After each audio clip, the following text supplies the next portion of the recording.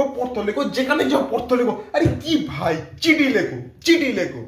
আরে ভাই কেন তোমার জন্মদিনে তোমার বন্ধুকে ইনভিটেশন কার্ডটা দিয়ে চিঠি লেখো, চিঠি।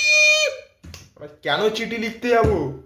আমি ফোন করবো, হ্যালো, হ্যাঁ রে জানোয়ার, আমার জন্মদিন আসছে, হ্যাঁ তুই একটা কাজ করবি, তুই আমার বাড়িতে আসবি, এসে গানটা বিনটা গিলে যাবি, ঠিক আছে, ভালো করে গিলে যাবি। বললেই তো হয়েছে, কেন পড়তে লিখতে যাবো তাকে? সে পড়ে গেছে রাস্তাঘাটে সাইকেল চালাতে গিয়ে, আমি ফোন করে বলবো, হ্যাঁ রে পড়লি কি করে, নেশা ফেশা করে সাইকেল চালাচ্ছিলিস নাকি? এ বা গো, এই বয়সে নেশা। আমি ভাই কেন পত্র লিখতে যাব? অফিসিয়াল লেটারের ব্যাপারে আমি কিছু বলছি না, কিন্তু এই টাইপের জিনিসগুলো কেন লিখতে যাবো? এবার বলবে যে এ বহুত জ্ঞান দিচ্ছে ভাই। আরে কিসের জ্ঞান ভাই, ফোনেতে এখন ভাই তুমি ইন্টারন্যাশনাল কলও করতে পারো। সেই যুগে চলে এসেছি, এখনো যদি আমাকে বলে ভাই পড়তো লেখো, এই লিখো, চিঠি লেখো, সেই লেখো। তোমার শ্বশুরকে চিঠি লেখো, কি ভাই কি হচ্ছে এগুলো? মুক্তি মানে কি ভাই, আমি কিছু বুঝতে পারছি না, আমি কি বলবো ক্যামেরার সামনে সেটাই আমি খুঁজে পাচ্ছি না।